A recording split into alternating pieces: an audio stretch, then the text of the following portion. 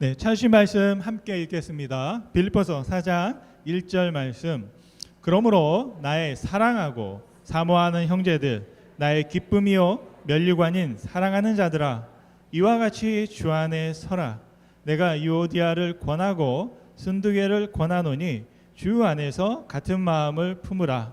또 참으로 나와 멍에를 같이 한 내게 구하노니 복음에 나와 함께 힘쓰던 저 여인들을 돕고 또한 글레멘드와 그 외에 나의 동역자들을 도우라.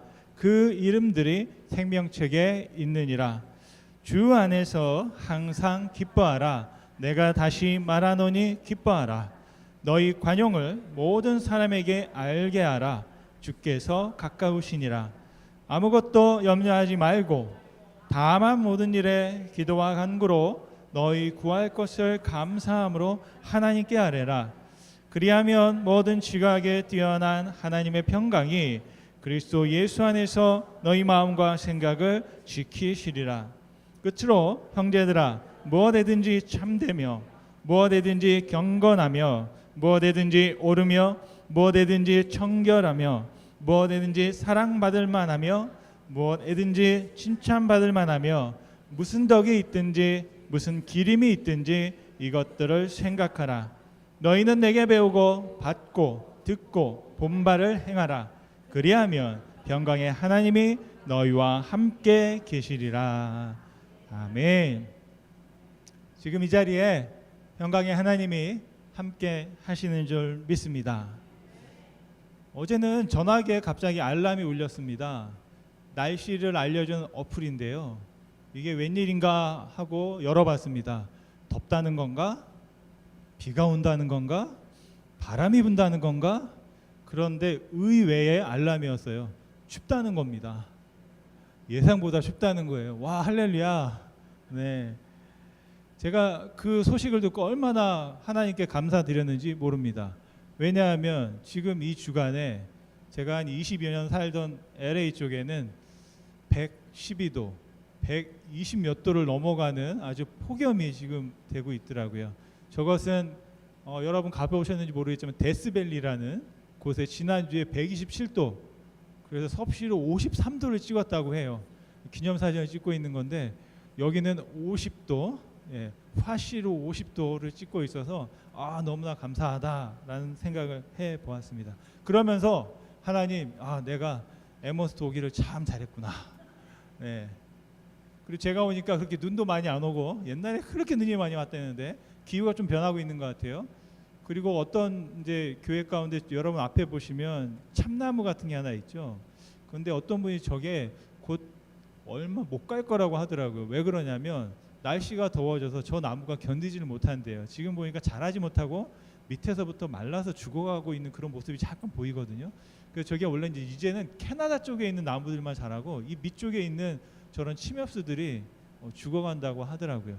여하튼지간에 그럼에도 불구하고 나는 이곳에 자랐다라는 생각을 했습니다.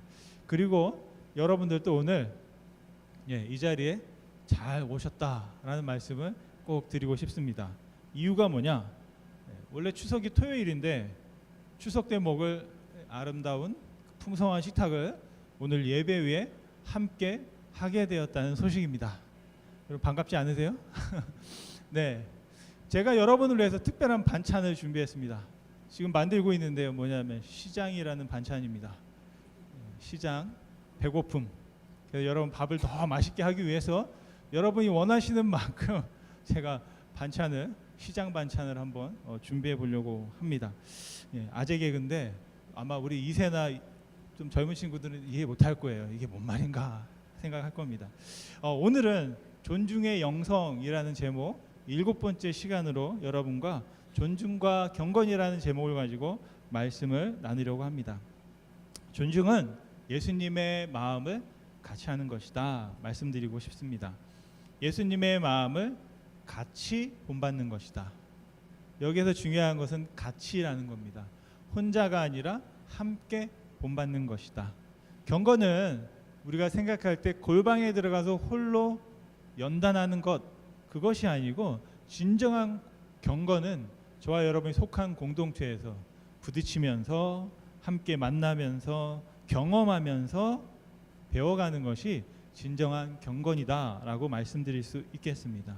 오늘 빌립보서 4장 시작하면서 사도 바울은 1절에서 이와 같이 주 안에서 서라 말씀하고 있습니다. 1절 말씀인데요. 그러므로 나의 사랑하고 사모하는 형제들, 나의 기쁨이여 면류관인 사랑하는 자들아, 이와 같이 주 안에 서라 했습니다. 세번역 성경에 보면 주 안에 서라는 말에 굳세게라는 단어가 붙어 있습니다. 굳세게 서 계십시오. 굳건히 서 계십시오라고 했습니다. 여러분, 주 안에서 굳건히 서 계십시오라고 했는데, 여러분 만약에 우리 교회가 여러분이 믿는 바대로 주님의 몸된 교회라면 이 말씀을 이렇게 바꿀 수 있습니다. 주 안에서를 교회 안에 굳건히 서 계십시오라고 바꿀 수 있겠습니다.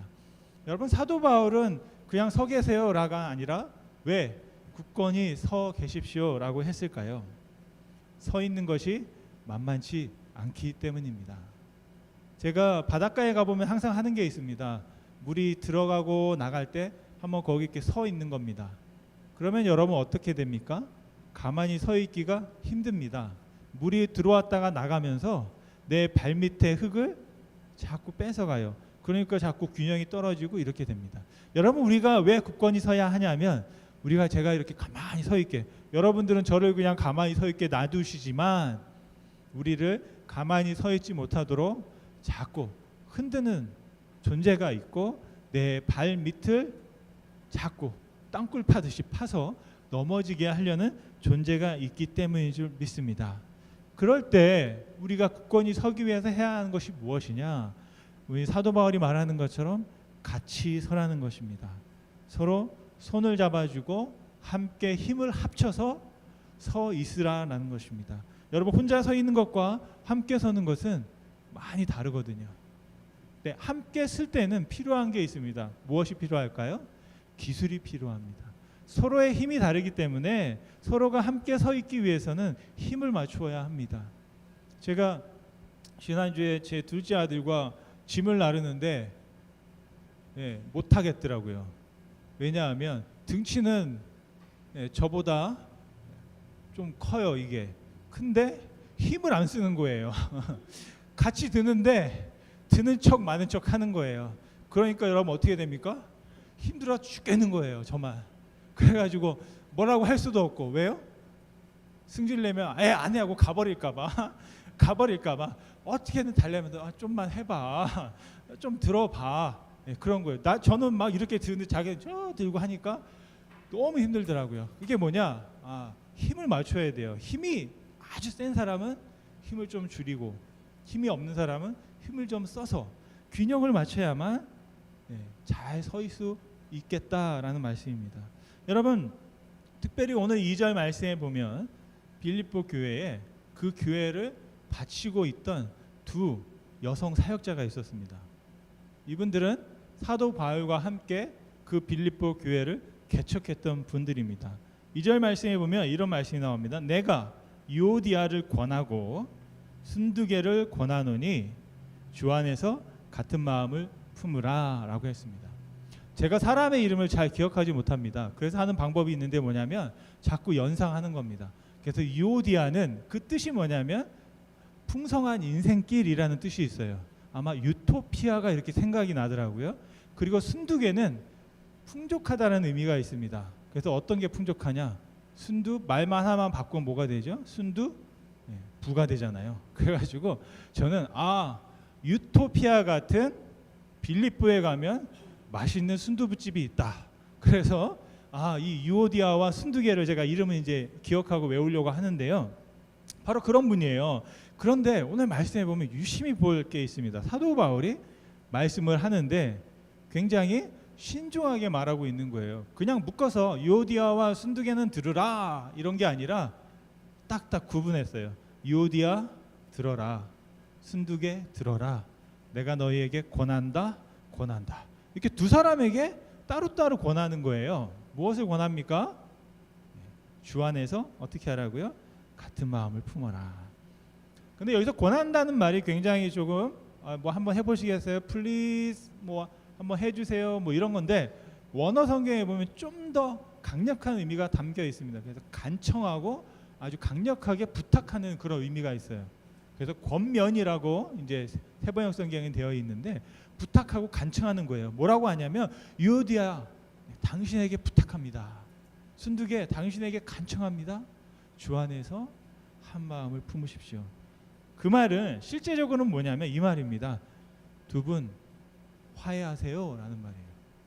왜 이런 말씀을 하게 되었냐면 바로 이 교회를 세웠고 그 빌립보 교회의 큰 기둥같이 역할을 감당하는 이 두 분이 반목하고 싸우고 다투게 된 겁니다.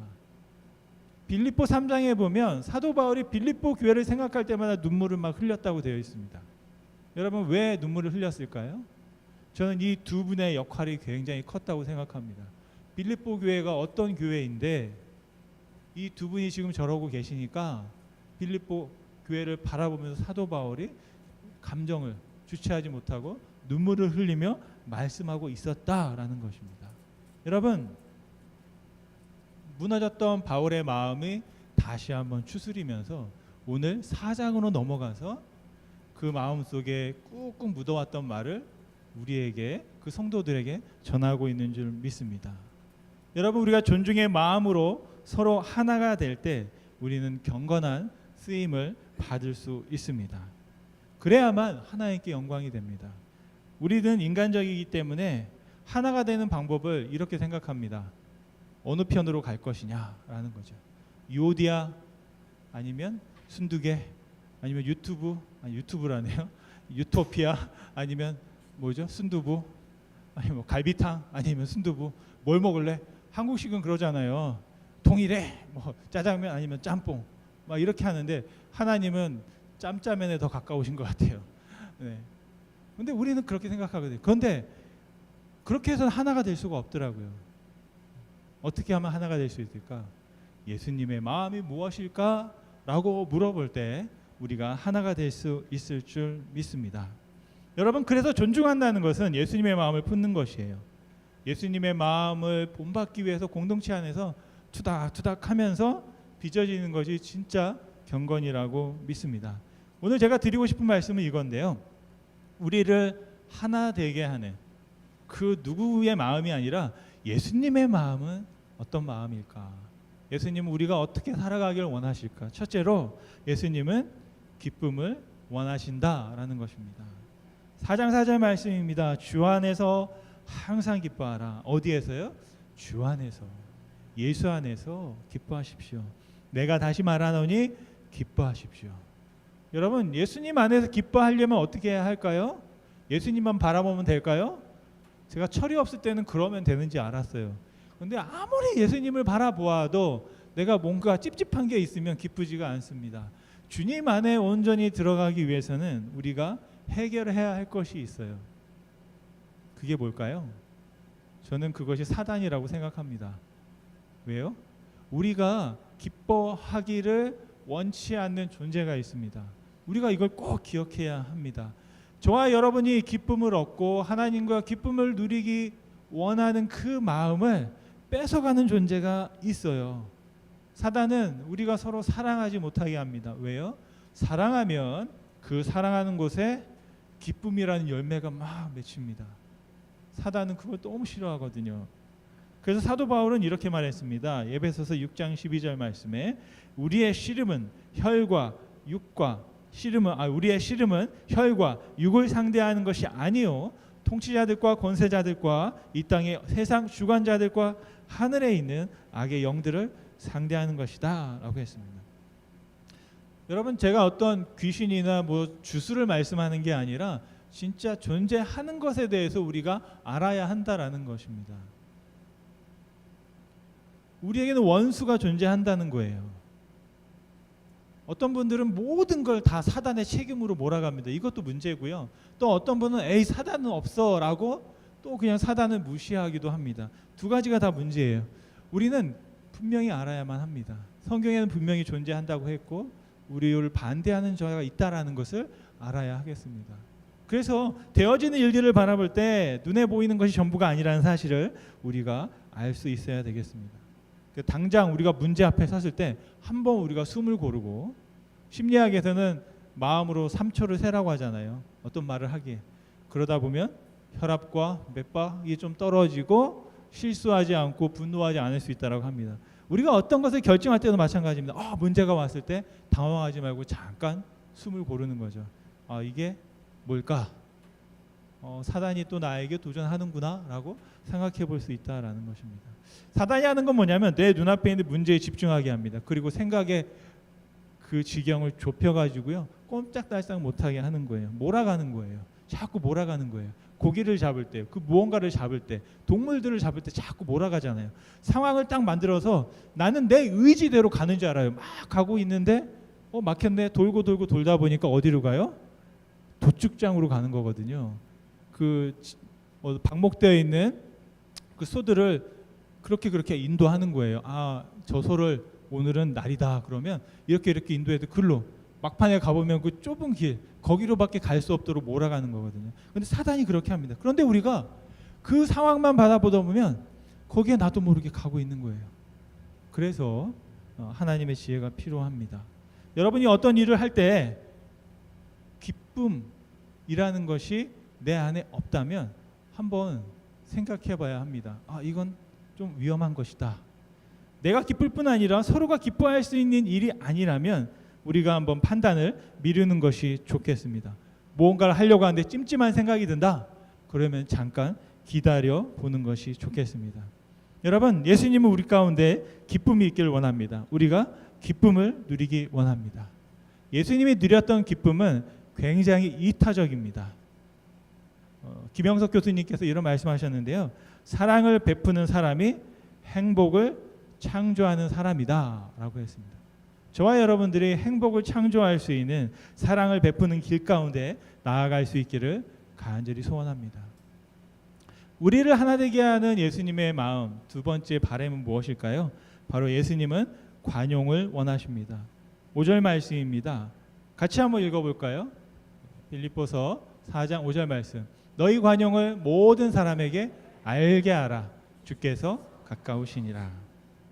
이 말씀은 1차적으로는 두 분에게 하고 있는 겁니다. 유오디아와 순두계. 서로 관용하십시오. 그래서 사람들이 다 알게 하십시오 라고 말하고 있습니다. 관용이라는 것은 남의 잘못 따위를 너그럽게 받아들이는 것이다. 한마디로 말하면 용서를 말합니다.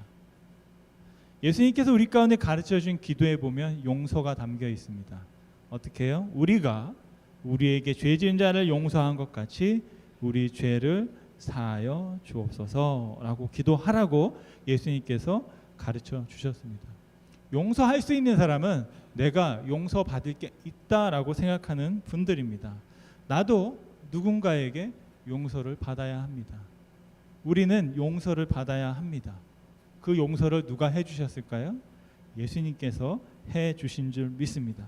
예수님 십자가에서 바로 우리를 용서하셨습니다.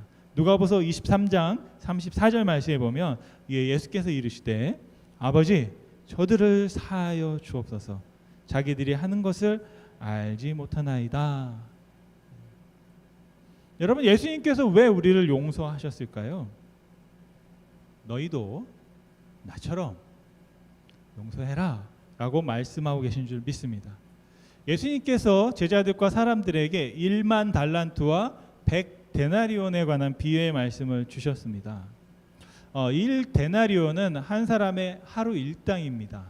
요즘에 8시간을 일하고 16불이라고 치면 하루에 한 128불을 세금 안제하고 받을 수 있겠다 싶습니다. 그런데 1달란트는 6,000데나리온이라고 합니다. 이제 셀 수 없는, 저도 이제 적혀 있으니까 읽고 있는데 저게 얼마큼인지 저도 잘 모르겠어요. 1달란트가 6,000데나리온인데 그러니까 곱하기를 한번 해보면 1만 달란트는 128불에 곱하기 6,000에 곱하기 10,000을 해서 제가 저걸 보고도 어떻게 읽을 줄을 잘 몰라가지고요. 여기 한글로 다시 써놨어요.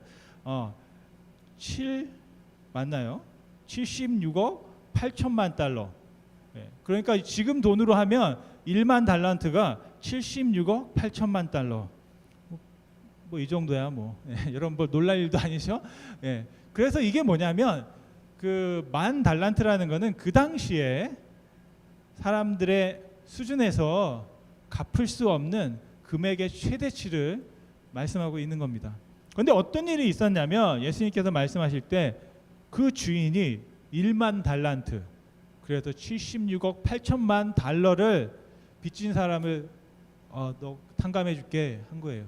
그랬더니 이 2만 달란트 탕감받은 사람이 길을 가다가 자기에게 100 데나리온을 빌린 사람을 보고 빚 갚아 해서 멱살을 잡아가지고 어디요? 감옥에다가 집어넣은 거예요.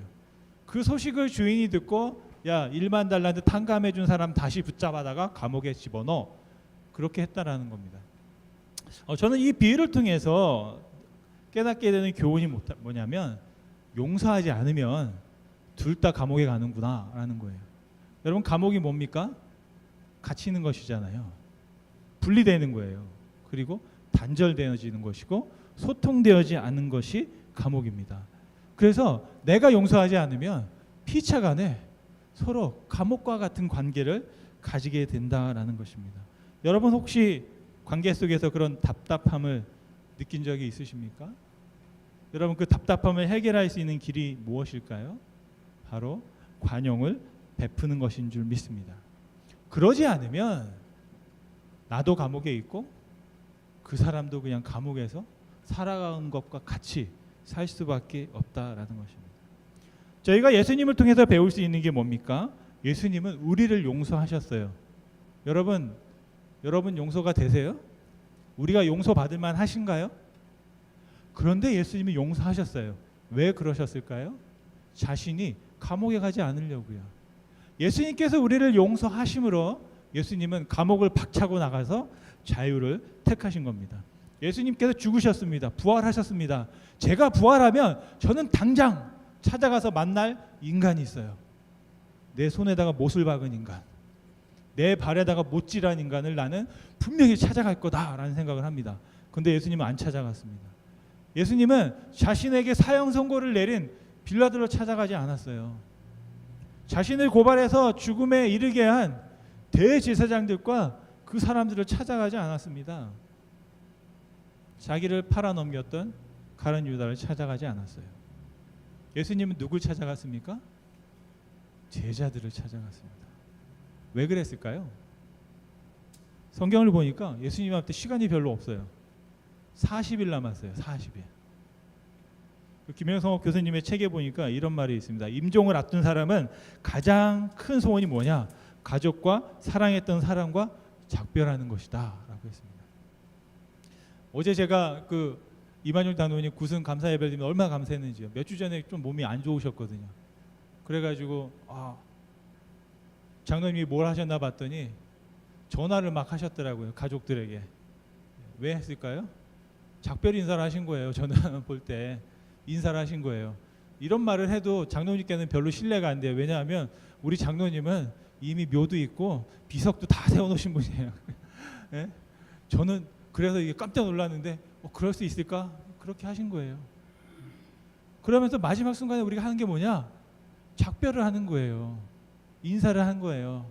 잘 지내라, 잘 지내라. 똑같은 거죠. 아프지 마라, 건강해라, 건강해라. 아침 꼭 챙겨 먹어라. 이런 거 하는 거잖아요. 인사하는 거예요. 근데 예수님께서 하신 게 뭐냐면 복수심에 들끓어서 40일 동안 이 세상을 한번 불바다로 만들겠어 한 게 아니라 자기를 사랑하고 끝까지 챙겨야 했던 제자들을 따라가서 제자들과 40일 동안 같이 있었다라는 것입니다. 여러분 바로 그것이 예수님께서 우리 가운데 보여주고 본이 되어지는 모습인 줄 믿습니다. 사도 바울이 말하기를 자 관용하십시오. 그 다음에 붙인 말이 뭐냐면 주님이 가깝다라고 했습니다. 그 말이 뭔 말일까요?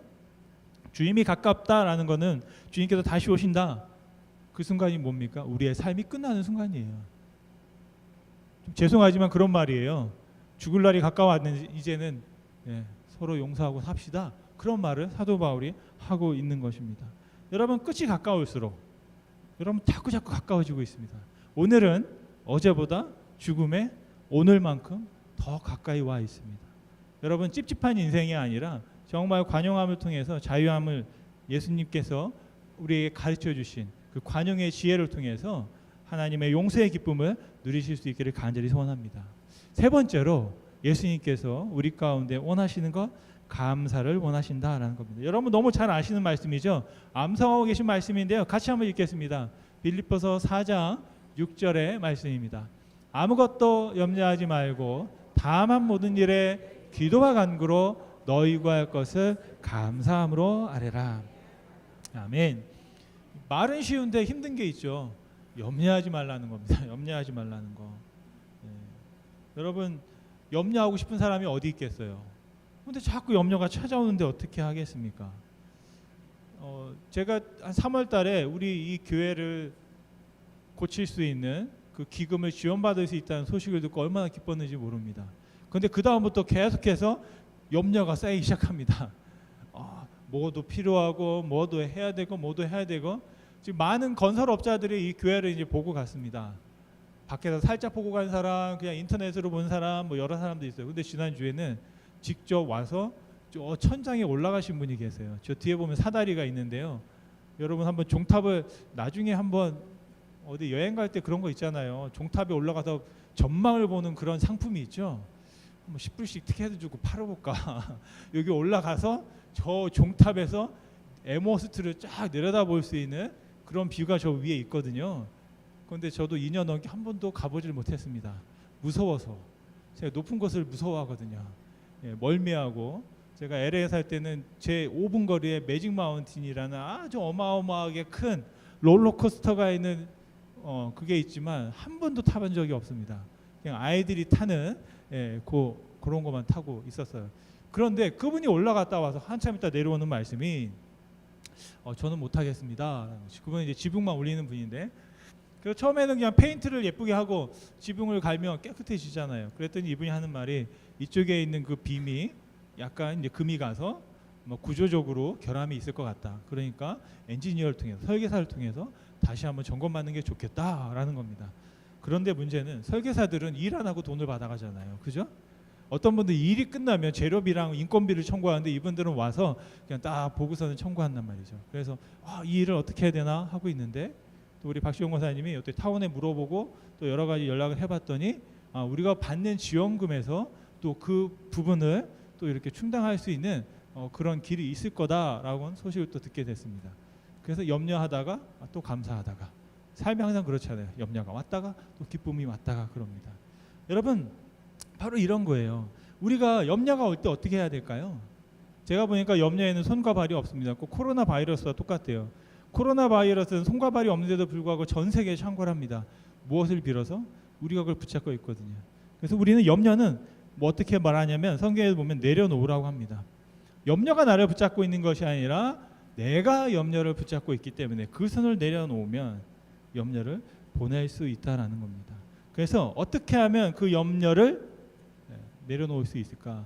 바로 방법은 감사하는 것입니다. 감사하는 것이에요. 그럼에도 불구하고 감사하는 것입니다. 그러면 우리는 어떻게 하면 감사할 수 있을까? 성경 말씀에 보니까 이렇게 기록하고 있습니다. 하나님께 기도할 수 있기 때문에, 또 하나님께 간구할 수 있기 때문에, 또 하나님께 구할 수 있기 때문에, 우리의 바람을 올려드릴 수 있기 때문에 우리가 감사할 수 있다라는 겁니다. 저희 교회가 교회를 봉헌하기 원합니다. 그럼 어떤 방법으로 그렇게 되어질지 우리는 아직도 그 방법을 잘 모르고 있습니다. 하지만 우리는 기도하고 있고 그 기도를 하나님이 들으시고 우리의 간구와 바람을 하나님께서 길을 열어서 나아가게 하실 줄로 믿습니다. 우리가 염려한다고 될 것이 없는 것이죠. 염려는 내려놓고 하나님 앞에 기도와 간구와 바람을 아뢰일 수 있는 믿음이 저와 여러분 가운데 있기를 간절히 소원합니다.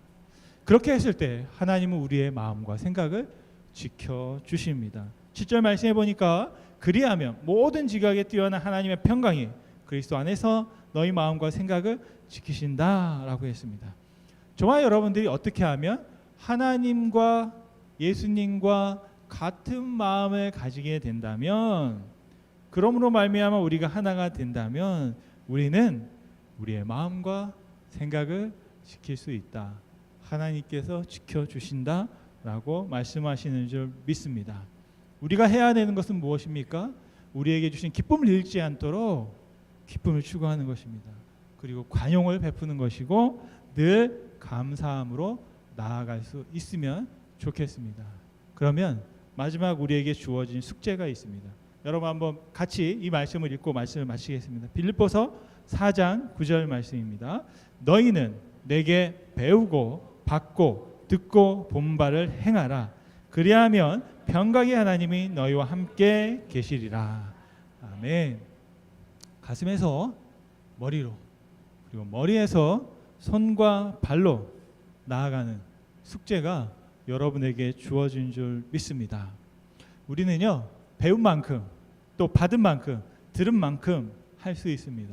그리고 뭐니 해도 살아온 만큼 또 할 수 있는 줄 믿습니다. 중요한 것은 하나님은 각자를 존중하세요. 각 사람의 시간표를 하나님께서 존중하시고 기다려 주십니다. 하나님은 조급해하지 않고 이렇게 우리처럼 말하지 않습니다. 왜 이렇게 더디냐고 말하지 않습니다.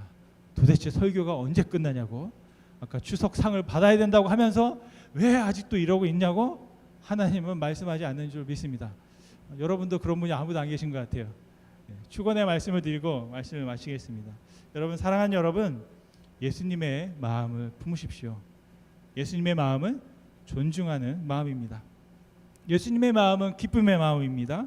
예수님의 마음은 용납의 마음입니다. 예수님의 마음은 감사의 마음입니다. 예수님의 마음을 품어서 평강의 하나님이 우리의 마음과 생각을 지키실 수 있기를 간절히 축원드립니다. 기도하시겠습니다. 이 시간에 한번 들은 말씀을 생각하면서 기도할 수 있으면 좋겠습니다. 하나님, 우리의 마음이 어떤가요? 하나님, 저의 마음이 지금 어떤가요? 하나님이 보시는 제 마음은 어떠한가요? 한번 여러분 질문하시면서 우리가 또 한 주간 살아오면서 주님, 내가 하나님의 마음과 얼마나 닮았습니까? 하나님의 마음과 더 닮아가기를 원합니다. 정말 하나님께서 우리 가운데 기쁨을 원하셨던 것처럼, 우리가 용납하기를 원하셨던 것처럼, 늘 감사하기 원했던 것처럼 아버지 하나님, 그 마음을 품고 살아갈 수 있기를 원합니다. 우리의 마음과 생각을 지켜주옵소서. 또 새로운 학기를 시작하면서, 새로운 학년을 시작하면서, 새로운 학교를 시작하면서 또 오늘 이후로 새로운 삶을 우리가 시작할 때 하나님, 그 무엇에 기울어지는 것이 아니라 정말 하나님 앞에 기울어지게 하시고 하나님 예수 그리스도의 마음을 품고 살아갈 수 있게 주옵소서라고, 그러면 주님 앞에 한번 같이 한번 들은 말씀을 기억하면서 기도할 수 있으면 좋겠습니다. 함께 기도하겠습니다. 사랑의 하나님, 감사합니다. 아버지, 주님을 찬양합니다. 아멘. 주님을 찬양합니다. 아버지, 기도합니다. 아버지 하나님, 오늘도 아버지 우리에게 주신 우리의 힘으로 감당할 수 없는 것을 아버지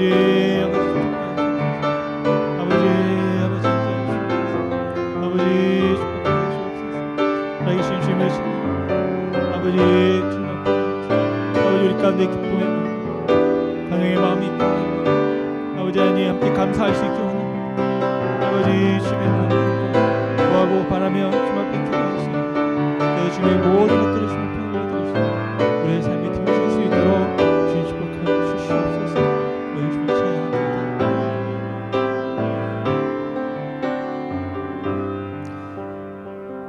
사랑 많으신 주님, 감사와 영광 올려드립니다. 하나님이 보시는 우리의 마음은 어떠한가요?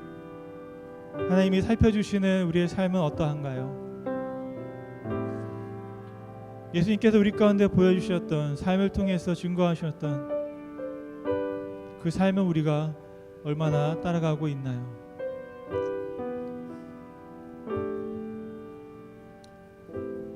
예수님께서 우리 가운데 기쁨이 있기 원하셨고 서로 용납하기 원하셨고 감사함으로 주 안에서 같이 하나의 길을 가도록 우리를 인도하고 붙잡고 계신 줄 믿습니다. 하나님, 한 주간 살아가면서 참 많은 일이 있었고 앞으로의 시간 속에서 우리 가운데 닥쳐올 많은 도전들이 있지만 할 수 있는 한 우리가 힘을 써 정말 주 안에서 살아갈 수 있도록 주님 축복하여 주옵소서. 우리가 할 수 있는 것은 간구하고 구하며 바람을 주님 앞에 올려드리는 것입니다. 성령께서 함께해 주셔서 그 일들을 감당하게 도와주시고 예수님을 닮아가는 삶 속에 하나님의 기쁨을 우리 가운데 주셨고 우리 가운데 놀라운 행복을 열매를 맺게 하셨던 것처럼 하나님 그 길을 따라갈 수 있도록 축복하여 주옵소서. 용기 주시옵소서. 믿음으로 더하여 주옵시고 성령으로 충만케 하심으로 말미암아 온전한 사랑 가운데 거할 수 있도록 주님 함께하여 주시옵소서. 이제는 우리를 사랑하시는 예수님의 은혜로우심과 하나님의 사랑하심과 성령님의 함께하시며 교통하심이 오늘 주의 말씀을 들음으로 말미암아 예수님께서 힘써 한 마음으로 기뻐하며 용납하며 감사하는 삶을 살도록 주님 앞에 결심하고 또다시 구하고 바라며 기도하는 모든 주님의 사랑하는 자녀들과 가정과 기업에 지금부터 영원토록 함께 있을지어다. 아멘.